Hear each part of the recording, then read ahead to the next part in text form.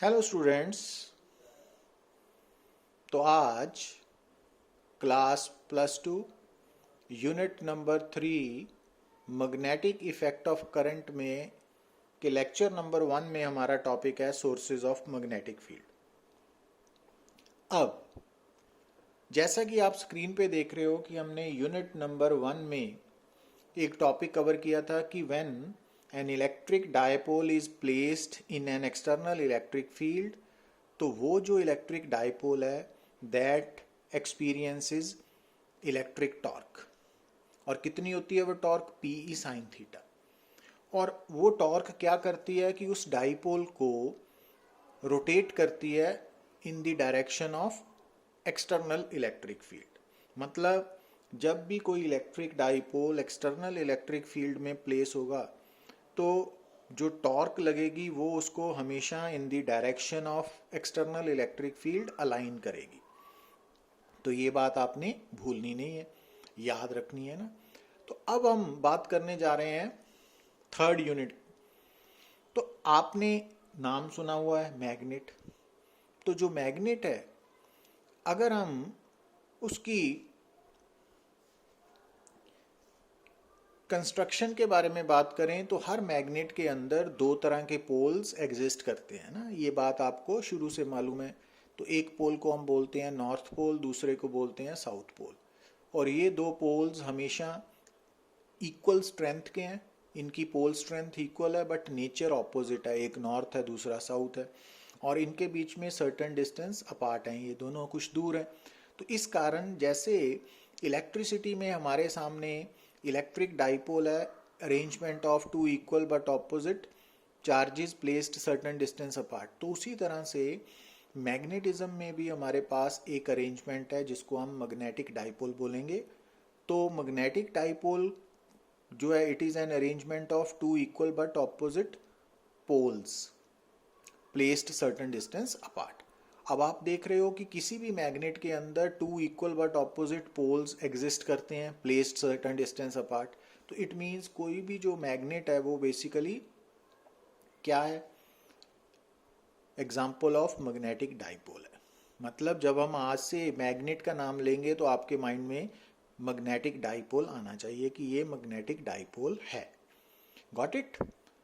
अब जो मैग्नेट है उसकी शेप किसी भी तरह की हो सकती है, बट जो आर्टिफिशियल मैग्नेट्स हैं मींस मैन मेड मैग्नेट्स हैं तो वो उनकी पर्टिकुलर शेप्स होती हैं। जैसे कि बार मैग्नेट है ना, मैग्नेटिक नीडल है, यू शेप मैग्नेट है, या हॉर्स शू मैग्नेट भी इसको बोल देते हैं, यू शेप मैग्नेट को।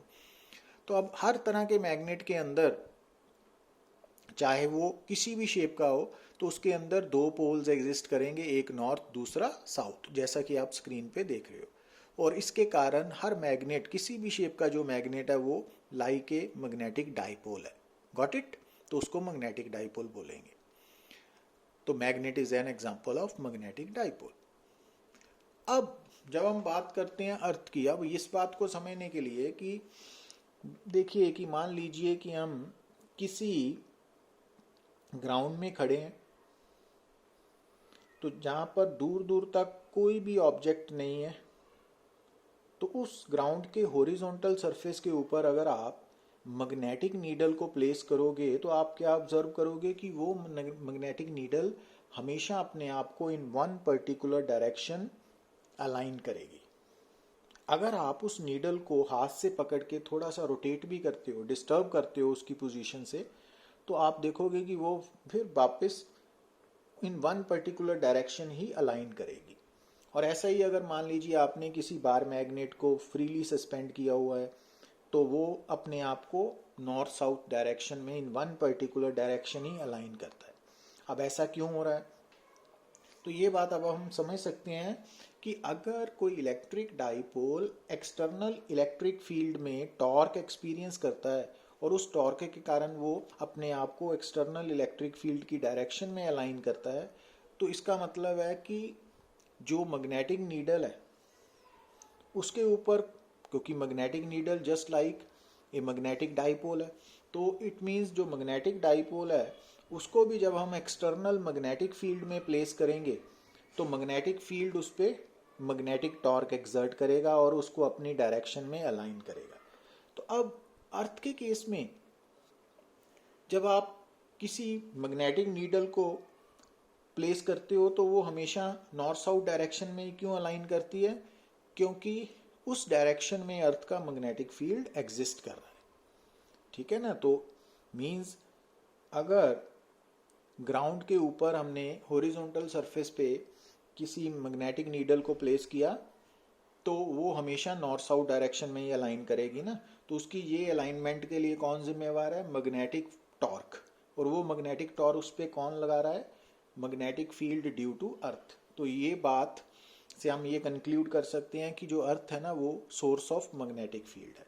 और अर्थ के मैग्नेटिक फील्ड के बारे में सेपरेटली हम आगे फर्दर लेक्चर्स में डिटेल में डिस्कस करेंगे। अब दूसरा है कि जो मैग्नेट है ना वो आप भी खुद भी सोर्स ऑफ मैग्नेटिक फील्ड है। जैसे electric dipole source of electric field है।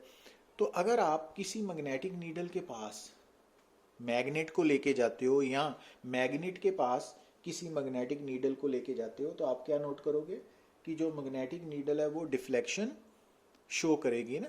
तो वो मैग्नेटिक टॉर्क के कारण है। और वो मैग्नेटिक टॉर्क मैग्नेटिक नीडल पे कौन लगा रहा है? Magnetic field due to magnet. ठीक है ना? तो ये बातें ये प्रूव करने के लिए सफिशिएंट है कि जो अर्थ है वो सोर्स ऑफ मैग्नेटिक फील्ड है, magnet source of magnetic field है। तो अब जब हम इनकी बात कर रहे हैं तो ओरेस्टेड साइंटिस्ट का नाम है, उसने एक एक्सपेरिमेंट परफॉर्म किया। उसमें उसने क्या ऑब्जर्व किया कि ये एक्सपेरिमेंट आप खुद भी परफॉर्म कर सकते हो। इसके लिए हमें क्या चाहिए? एक स्ट्रेट कंडक्टर ए बी जैसा कि डायग्राम में नज़र आ रहा है और एक मैग्नेटिक नीडल। तो आपने मैग्नेटिक नीडल के ऊपर स्ट्रेट कंडक्टर को प्लेस करना है और उस स्ट्रेट कंडक्टर को आपने बैटरी के साथ कनेक्ट कर देना है और साथ में की कनेक्टेड है ना। और अब इस डायग्राम के अकॉर्डिंगली आप नोट कर रहे हो कि जो मैग्नेटिक नीडल है तो जब बैटरी जो सर्किट है उस स्विच ऑफ है, जो की इंसर्ट नहीं की हुई है ना, सर्किट ऑफ है, तो उस वक्त इस कंडक्टिंग वायर के थ्रू करंट पास नहीं कर रहा। तो उस वायर के नीचे जो नीडल है वो अपने आप को किस डायरेक्शन में अलाइन करेगी? नॉर्थ साउथ डायरेक्शन में ना। तो इस डायग्राम के अकॉर्डिंगली ये डायरेक्शन नॉर्थ है, ये साउथ है ना। और ये वाली इस तरफ वाली डायरेक्शन ईस्ट है और उस तरफ वाली डायरेक्शन वेस्ट है। ये वेस्ट है ना, वेस्ट डायरेक्शन है इस तरफ अंदर की तरफ। तो अब जैसे ही आप की इंसर्ट करोगे ना, की इंसर्ट करते ही करंट फ्लो करेगा थ्रू कंडक्टिंग वायर। और जैसे ही कंडक्टिंग वायर के थ्रू करंट फ्लो करेगा उसके नीचे पड़ी हुई जो मैग्नेटिक नीडल है ना वो डिफ्लेक्शन शो करेगी। अब जैसा कि हम ये जान चुके हैं कि जो मैग्नेटिक नीडल है वो डिफ्लेक्शन शो करती है, तभी करती है जब उस पर मैग्नेटिक टॉर्क लगेगी ना। और मैग्नेटिक टॉर्क मैग्नेटिक नीडल पे कौन लगाएगा? External magnetic field. तो अब मैग्नेटिक फील्ड कहाँ से आया? क्योंकि जब हमने स्विच ऑफ ऑन किया मींस की इंसर्ट की, तो जब स्विच ऑन किया तो करंट फ्लो हुआ ना, और करंट फ्लो करते ही डिफ्लेक्शन शो हुई। तो इसका मतलब है कि करंट के फ्लो करते ही यहाँ पर मैग्नेटिक फील्ड एस्टैब्लिश हो गया। तो इस बात ने ये प्रूव किया कि current is also the source of magnetic field. और करंट के इस इफेक्ट को हम बोलते हैं magnetic effect of current. Got it? तो जहाँ पर करंट होगा, इलेक्ट्रिक करंट होगा, वहाँ पर भी मैग्नेटिक फील्ड होगा। तो अर्थ के कारण भी मैग्नेटिक फील्ड है, मैग्नेट के कारण भी मैग्नेटिक फील्ड है, और इलेक्ट्रिक करंट के कारण भी मैग्नेटिक फील्ड एग्जिस्ट करेगा। और करंट के इस इफेक्ट को हम बोलते हैं मैग्नेटिक इफेक्ट ऑफ करंट। और ये बात ओरेस्टेड एक्सपेरिमेंट ने कंफर्म की ना। तो समझ आई बात? अब बात करने जा रहे हैं कि अगर डायरेक्शन ऑफ डिफ्लेक्शन को फाइंड आउट करना है, मींस इस केस में हमने डायरेक्शन ऑफ मैग्नेटिक, जो direction of deflection of magnetic needle को देखना है कि ये मैग्नेटिक नीडल करंट के पास करने से किस तरफ डिफ्लेक्ट होगी। तो उसके लिए हमारे पास दो रूल्स हैं, एक है स्नो रूल। तो स्नो रूल के अकॉर्डिंगली कि अगर मान लीजिए कि मैग्नेटिक नीडल जिसके ऊपर से स्ट्रेट कंडक्टर के थ्रू करंट पास हो रहा है, तो अगर उस करंट कैरिंग कंडक्टर में करंट की direction south to north direction है, ठीक है ना, नीचे मैग्नेटिक नीडल पड़ी हुई है, तो उसके ऊपर मैग्नेटिक नीडल के ऊपर क्या है, स्ट्रेट कंडक्टर है, उसमें करंट अगर पास कर रहा है तो वो करंट की डायरेक्शन अगर साउथ टू नॉर्थ डायरेक्शन में है, तो उस जो मैग्नेटिक नीडल पड़ी हुई है उसका जो नॉर्थ पोल है ना वो वेस्ट की तरफ डिफ्लेक्ट होगा, ठीक है ना। तो अगर current is flowing from south to north direction in a straight conductor lying above the magnetic needle, then north pole of the magnetic needle will be deflected towards the west. तो ये snow rule है ना, आपको याद रखना है। तो अब इसी रूल को डिफरेंट फॉर्म में जब हमने प्रेजेंट करना है, मींस एक्चुअली स्नो रूल आपको क्या बता रहा है कि जो मैग्नेटिक नीडल है वो करंट के फ्लो करने के कारण, कब, जब करंट कैरिंग कंडक्टर नीडल के ऊपर है ना, तो वो मैग्नेटिक नीडल की डिफ्लेक्शन किस तरफ होगी ना, वो स्नो रूल ने हमें बता दिया। अब इसी बात को बताने के लिए हमारे पास अनदर रूल है, ठीक है, दूसरा रूल भी है। वो कौन सा रूल है, that is known as Ampere's swimming rule. तो एम्पियर स्विमिंग रूल की अगर बात करें तो इसके अकॉर्डिंगली स्विमिंग रूल कहता है कि मान लीजिए कि हम ये एज्यूम करते हैं कि ए पर्सन इज स्विमिंग, एक पर्सन स्विमिंग कर रहा है अबव द मैग्नेटिक नीडल, और किस तरह कर रहा है कि जो करंट है ना वो उसके पाँव से, उस स्विमिंग करते हुए स्विमर के पाँव से हेड की तरफ जा रहा है। तो मीन्स जो स्विमर है उसका हेड इस तरफ है और फीट इस तरफ है ना, तो करंट की डायरेक्शन फीट टू हेड है ना। तो जो एम्पियर्स स्विमिंग रूल है वो बोल रहा है कि मान लीजिए कि जो मैग्नेटिक नीडल है उसके ऊपर एक आदमी स्विमिंग कर रहा है, और स्विमिंग ऐसे कर रहा है कि जो करंट है वो उसके पाँव से उसके हेड की तरफ मूव कर रहा है।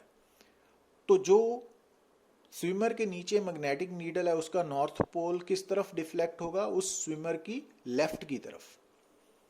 तो ये देखिए कि अगर current is flowing in a straight conductor lying above the magnetic needle is entering through feet and leaving through head of a person supposed to be swimming just above the magnetic needle, then north pole of the needle will be deflected towards his left side। Means दोबारा हम repeat करते हैं कि ये जो magnetic needle है इसकी deflection को आप आइदर स्नो रूल के द्वारा, तो स्नो रूल के अकॉर्डिंगली अगर मैग्नेटिक नीडल के ऊपर जो करंट कैरिंग कंडक्टर है उसमें करंट की डायरेक्शन साउथ टू नॉर्थ है, तो north pole of the needle will be deflected towards the west, snow rule.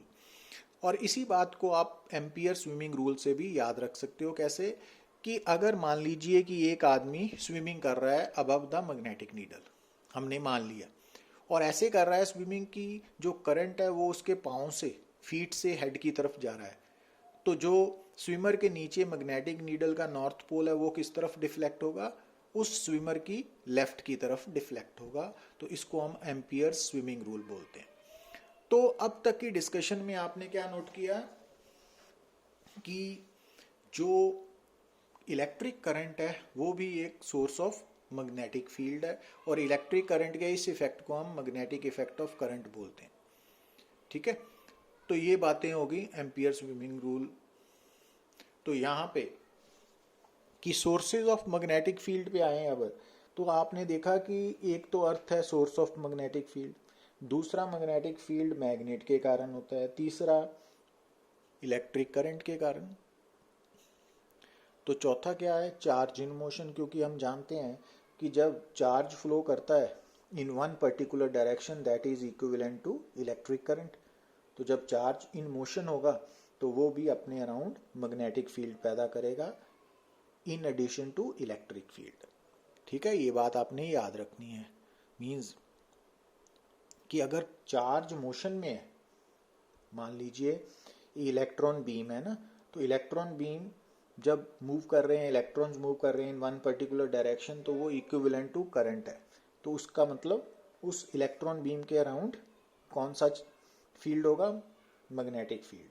अब क्योंकि इलेक्ट्रॉन बीम चार्ज बीम है तो चार्ज होने के कारण उसके अराउंड इलेक्ट्रिक फील्ड भी होगा। तो इलेक्ट्रॉन बीम के अराउंड इलेक्ट्रिक एंड मैग्नेटिक दोनों तरह के फील्ड्स एग्जिस्ट करेंगे। बट अगर मान लीजिए आपके पास करंट कैरिंग कंडक्टर है, अब जो करंट कैरिंग कंडक्टर होता है ना, वो इलेक्ट्रिकली न्यूट्रल होता है। तो इलेक्ट्रिकली न्यूट्रल होने के कारण करंट कैरिंग कंडक्टर के अराउंड इलेक्ट्रिक फील्ड तो जीरो होगा, बट करंट के कारण मैग्नेटिक फील्ड एग्जिस्ट करेगा। तो आपने ये डिस्टिंग्विश करना है कि अगर आपके सामने एक चार्ज बीम है या चार्ज है ना, तो जब वो चार्ज या चार्ज बीम इन मोशन है तो इट मीन्स कि वहाँ पे मैग्नेटिक फील्ड भी होगा और चार्ज के कारण इलेक्ट्रिक फील्ड भी होगा। बट जो करंट कैरिंग कंडक्टर है, तो करंट कैरिंग कंडक्टर के अराउंड सिर्फ मैग्नेटिक फील्ड एग्जिस्ट करेगा, इलेक्ट्रिक फील्ड नहीं होगा। क्यों नहीं होगा? क्योंकि कोई भी current carrying conductor electrically neutral होता है। तो ये बात भूलनी नहीं है।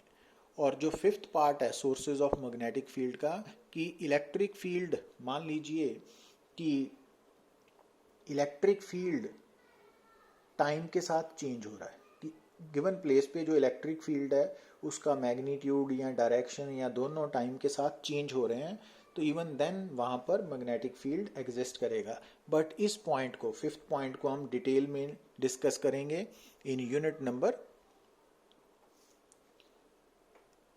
5। ठीक है, पर अभी मेन जो पॉइंट है हमने समझना है कि अर्थ भी सोर्स ऑफ मैग्नेटिक फील्ड है, मैग्नेट भी सोर्स ऑफ मैग्नेटिक फील्ड है, इलेक्ट्रिक करंट भी सोर्स ऑफ मैग्नेटिक फील्ड है, और चार्ज इन मोशन भी सोर्स ऑफ मैग्नेटिक फील्ड है। Thank you very much.